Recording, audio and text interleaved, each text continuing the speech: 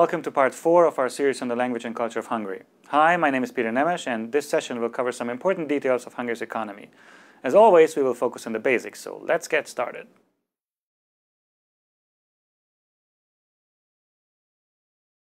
So Hungary is a medium-sized, high-income, structurally, politically, and institutionally open economy. It has been working to become this way since essentially the fall of the Berlin Wall. Previously, it was part of the Warsaw Pact nations, so these are countries that were aligned with the Soviet Union, both politically and economically, and it had a economy that was controlled by the state. And then, of course, in 1989, everything changed with the fall of the Berlin Wall and the collapse of the Soviet Union.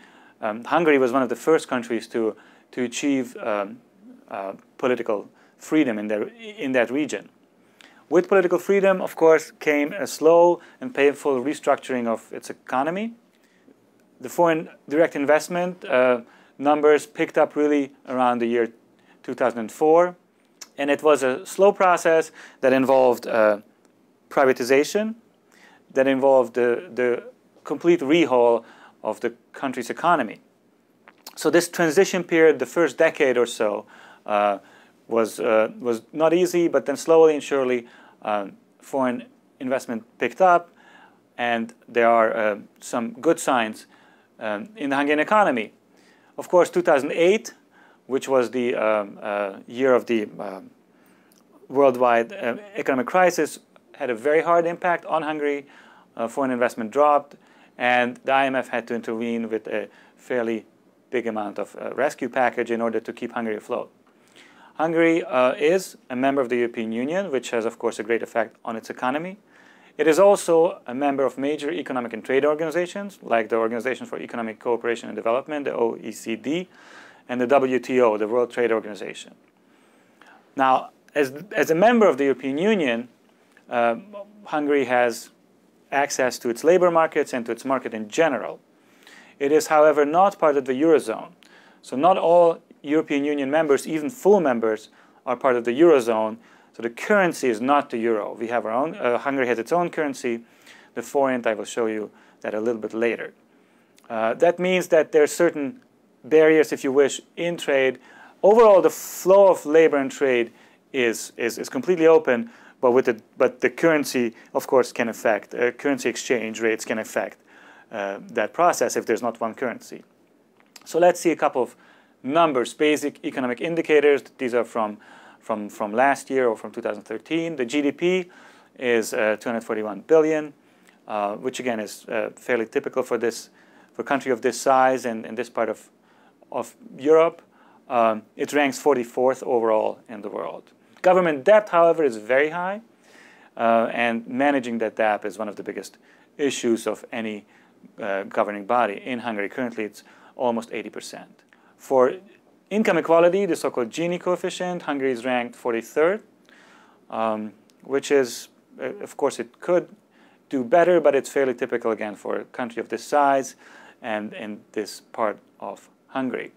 The GDP, the gross domestic product, of course, is comprised of different sectors, and the most important one is the service industry. So agriculture is fairly small, although there is good land in Hungary, but the agriculture, just because of its size, it cannot be a major force. There's still about a quarter of the GDP, or a little over that, comes from the industrial sector. But most important is the service sector, which is a fairly typical composition of the GDP in Europe, in a developed country.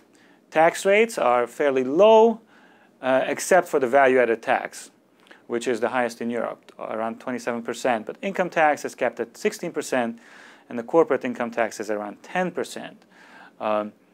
However, Social Security contribution, healthcare, and retirement contributions are high, and so together that with the income tax means that the average chunk taken out of a paycheck is around over 40%, which is fairly high.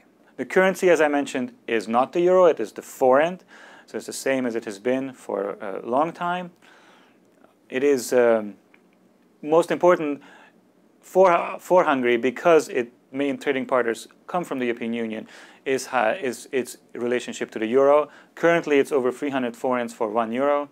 And of course, the US dollar is just a little bit below that. These are numbers from September 2015. When it comes to natural resources, the most important one is bauxite, which is a basic ingredient for making aluminum. Other natural resources include coal and petroleum and natural gas and certain minerals like manganese and uranium and iron ore. But these are not huge parts of the Hungarian economy. Again, the whole industry sector is only around 27%. It has good land, but again, compared to other bigger countries, it will only certain special products like paprika will be exported, and it does import a lot of its food. The main industries in the industrial sector is mining and construction, processing of food, textiles, chemicals. An important part, especially pharmaceuticals. There is a couple of really big and important pharmaceutical factories in Hungary. And in the past decade or so, motor vehicle, both from Japan and from Germany, auto industry has made its way into Hungary and has become an important driver of economic development. Both Audi and Suzuki have plants in Hungary, along with other automakers that produce parts. So some of these are not full plants, they're not assembling full cars, although some of that is done as well, but most importantly, engine parts. Trading partners is the most important one, and this I already kind of hinted at that with the auto industry is Germany. About a quarter of both export and import is to or from Germany. It's by far the most important trading partner. This is fair. This is absolutely to be expected, since Germany is the biggest economy within the European Union, and Hungary, as a part of the European Union, will have trading partners from that union. Neighboring countries are the other most important partners. Now, when it comes to setting up businesses in Hungary, that is a fairly simple process, although it involves, of course, legal procedures and special registrations and special fees. It is very important to find good local representation, because the bureaucracy can be hard to navigate without that. In order to promote foreign investment and bringing new businesses to the country, the government has government-backed tax incentives and even cash subsidies to promote this kind of investment. Thank you for joining me for this segment about Hungary's economy. Our next module will focus on Hungarian culture and offer tips for traveling in Hungary.